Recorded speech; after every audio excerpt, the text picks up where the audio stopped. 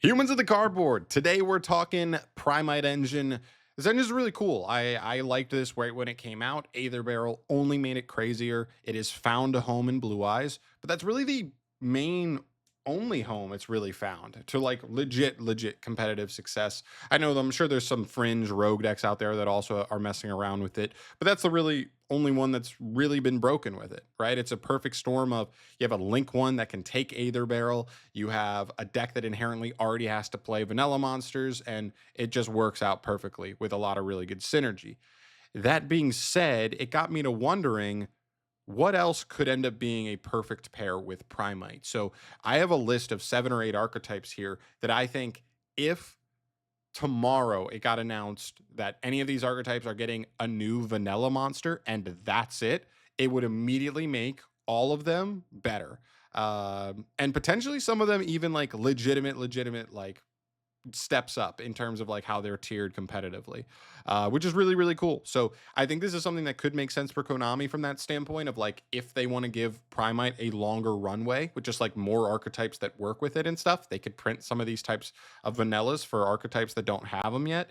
And and I also think I have to mention the elephant in the room. What's going to make these archetypes kind of fit the bill? Well, people aren't going to be happy about this, but it's broken link ones. The best decks to make use of Primite Lordly Load is link ones that basically are one card combo on their own. Because what Lordly Load can offer you in this engine with Roar is a vanilla monster on the field, pre-normal summon.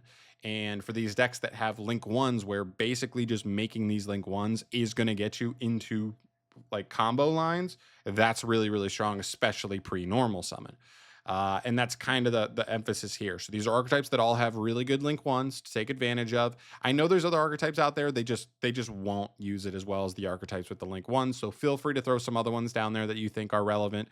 But I've got 8 archetypes here that we're going to go through. If you don't know how this engine really works, it's pretty simple. Lordly Load is your continuous spell. On activation, it searches a Primite card. For this instance, we're probably talking most cases about searching Roar. Roar is basically unexpected die by paying 2,000 life points, and also has a bonus mini interruption engrave, where if your opponent normal summons a monster, you can target a normal monster either on your field or in your grave, and then non-target banish a monster from your opponent's field with less attack than that monster. So that is like actually relevant here as far as what these normal monsters look like. So we would all want a normal monster for these archetypes with a decent enough attack stat. I would say 1900 is the really safe benchmark.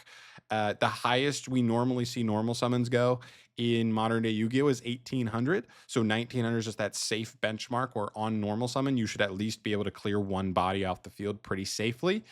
Um, and also you'd kind of want it to be level 4 or lower, just that way if you do hard draw it, you'd be able to normal summon that normal monster, so it's not entirely bricking you up. But yeah, that's small stuff as well. You also can't forget about Primite Dragon Aether Barrel as well as Primite Drill Beam. Those are also cards, depending on the deck you're looking at, you could look to try and fit in for just extra good normal summons and grind game and utility from stuff like Drill Beam. So it's really cool. Also, don't forget about Lordly Load's other effect, where once per turn you can special summon a normal monster from your hand, deck, or graveyard. The problem is after you use this effect, you cannot use the effects of special summon monsters on the field this turn. So it is going to end your turn in terms of your ability to use your special summon monsters on field. So just keep that in mind. But that actually can come up in some of these decks as well. So now that we know what's going on here, let's get into this thing. Let's start with our first archetype. Kind of an honorable mention. I'm going to throw the Yummy archetype in there. We do really need a Yummy name, because assuming it's a light beast, we can get into Yummy Statue. Now, technically, any light beast could get into Yummy Statue and technically be a 1-card line. But the specific reason we'd want it to be a Yummy is that way, if we resolve this and we get into the Synchro, the main Synchro Searcher, when our opponent does try to hit us with a hand trap, we would be able to tag out at least into the level 1 that's in grave, the level 1 vanilla that's in grave. And that means, even through a hand trap, you kind of have a starter and you still get a body out of it at the end of the day to keep extending with. You haven't normaled. That would be best case scenario. But still, this one's still an honorable mention because there's stuff like the Sky Striker engine that just might straight up be better than the Primite engine anyway. So it's fine. It's not that big of a deal. Anyway, into the actual list. So number 7, I have Nordic. This one's a clear and obvious levels. Number 7, just because this deck sucks, plain and simple. And yes, a vanilla monster would help them, but no, it doesn't save them. They would still need a strong wave of support aside from this to actually get to a, respectable level of competitive play. But that being said, they've got some cool synergy here. They've got a Link 1 that basically is full combo on its own, and their combo doesn't do much right now, but like it does get them to what their payoff is supposed to be.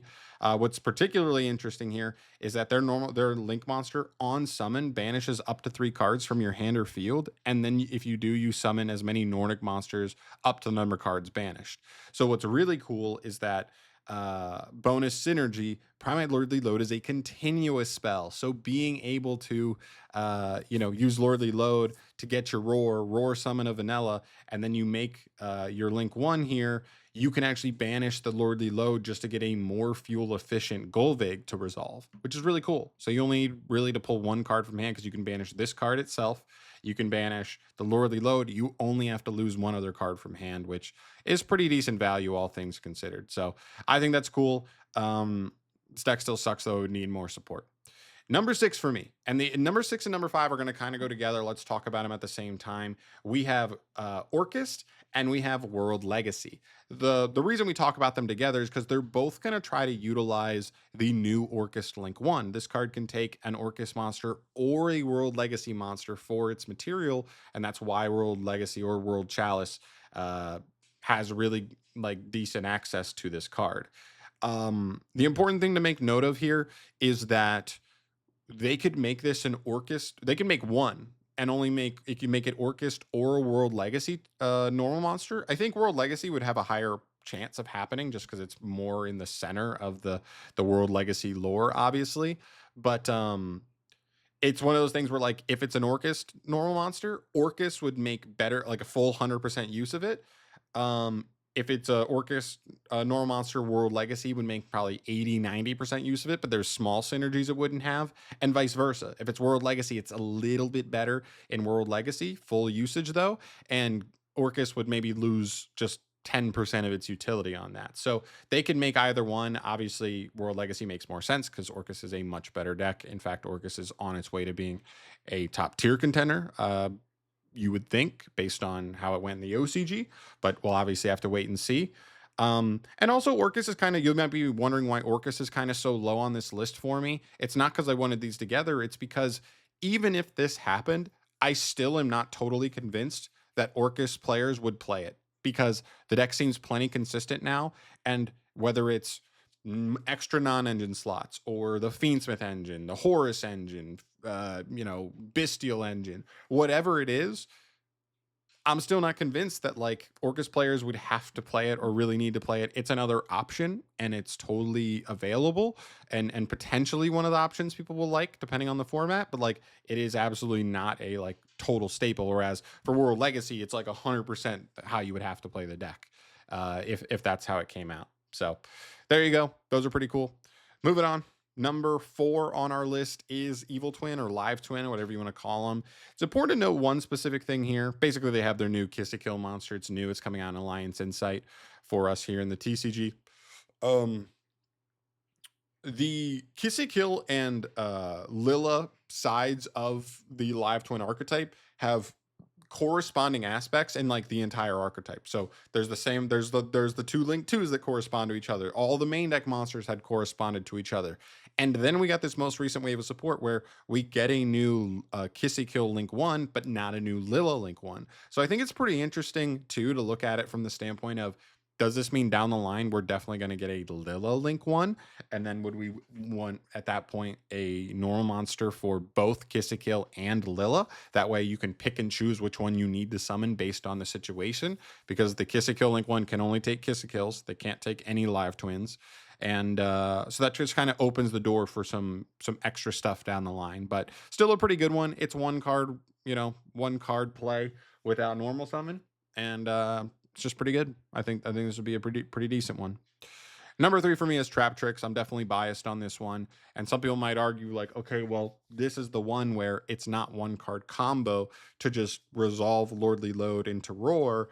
But it does get you a ton of value, and I really like what it offers. It really helps like seal up a couple things that Traptrix has struggled with over the past couple of years since its structure deck. And those things are a couple fold.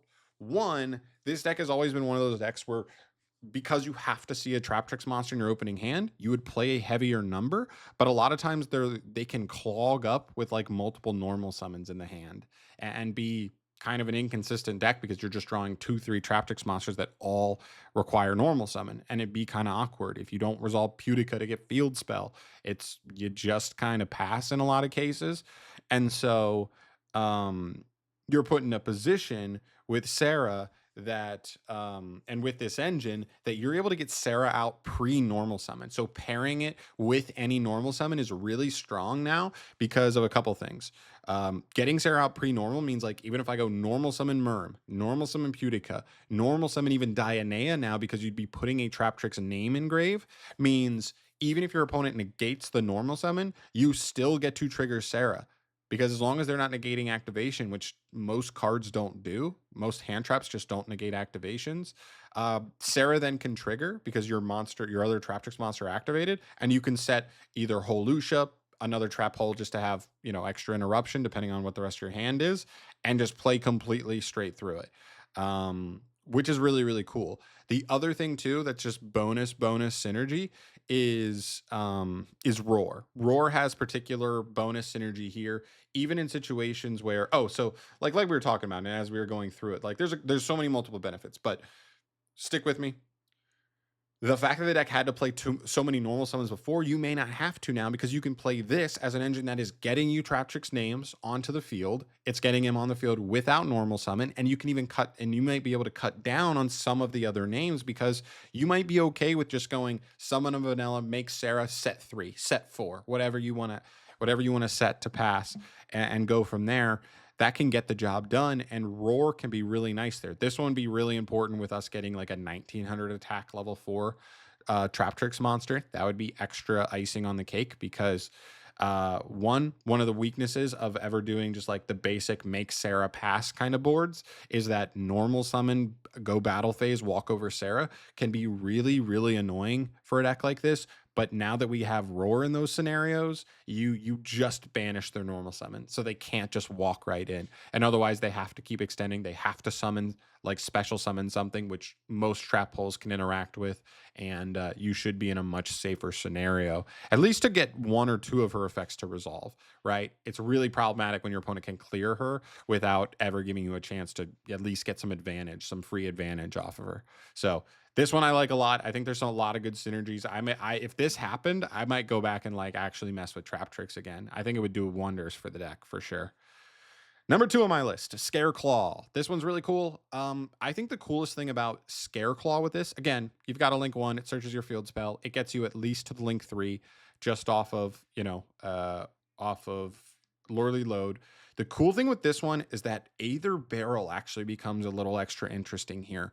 The cool thing about Scareclaw is that all 4 of its good main deck monsters, the main ones you play, I guess you could also play like Scareclaw Kashtira, you might play a copy of, but regardless, what's cool about all of them is they're all extenders from the hand. Yes, in the past, you would usually normal summon them and use them as your normal summon, but with this engine, now that we might be able to just get a vanilla out and go straight into Lightheart that way, Aether Barrel is on the menu as a possibility. I'm not saying it's indefinitely the best way to do it, but this one, out of all the ones we have listed here, is the deck that like doesn't use its normal summon, uses normal summon the least, I should say.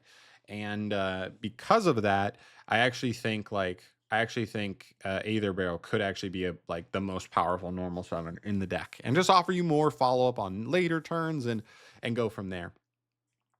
And then finally, we move to number 1 on our list. It's Marincess. I think this one would be sick. This would obviously have to be a couple things. One, of course, we want the higher attack. That way it works. Banishing high, like decent statted normal summons with Roar, because this deck needs all the extra board interruption it can possibly get its hands on, because If there's one thing about most of these decks is that right now they are known for just being really low ceiling, right? Marincess, its end boards are not that good. Scareclaw, end boards. It ends on some sticky boards, but not a ton of interruption. Traptrix, same thing. Live Twins, same thing. World Legacy has been struggling. Orcust is maybe the one that doesn't fit, and then Nordic is like, what does this deck even do? So all these decks are so low ceiling that like you really do want to take advantage of Aurora's bonus interruption here. But anyway, this is a really good one. The things you would need from the normal monster is high attack stat, decent attack stat, level 4 water. That is it with Marincess in the name, and you are off to the races. You have a Link 1 that searches your Marincess Reborn spell, and that just lets you go off into Link climbing. And it needs to be level 4. It just does, because the cool thing with this deck now is that we have enough level 4 names that are good that we're able to put up Bahamut Toad lines, which is really, really important for a low ceiling deck like this. When you can get into Bahamut Toad, that's when this deck actually ends on boards that are formidable enough.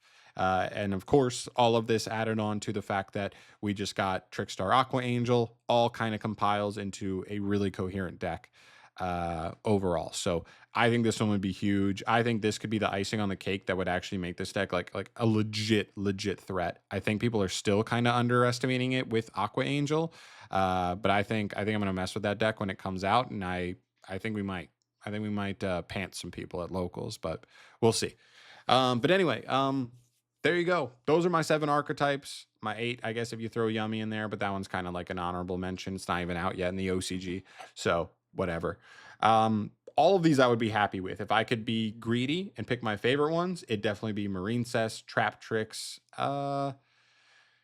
probably throw World Legacy in there. I think that would be really cool. And even Scareclaw. I've never played Scareclaw, but like with an edition like this, I think this would be a deck I'd actually be pretty interested in looking at again. But yeah, that'd be really, really cool. So there you go. There's my list. I just thought this was a really interesting topic. It's just one of those things that like we never think would happen, but now that an archetype like PRIMITE exists, this is the kind of thing Konami, I think, should at least take a look at.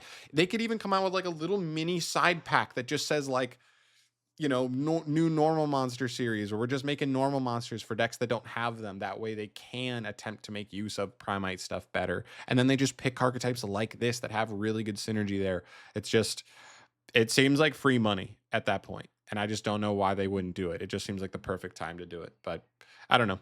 Maybe that's just me. But we'll see. Let me know your thoughts down below on this idea. Which ones of these would you want the most? Are there any other archetypes you think I missed that you think like are worth mentioning here? I'd love to hear your thoughts down below on that. And other than that, I'll see you guys in the next video. Thanks for watching as always. Peace.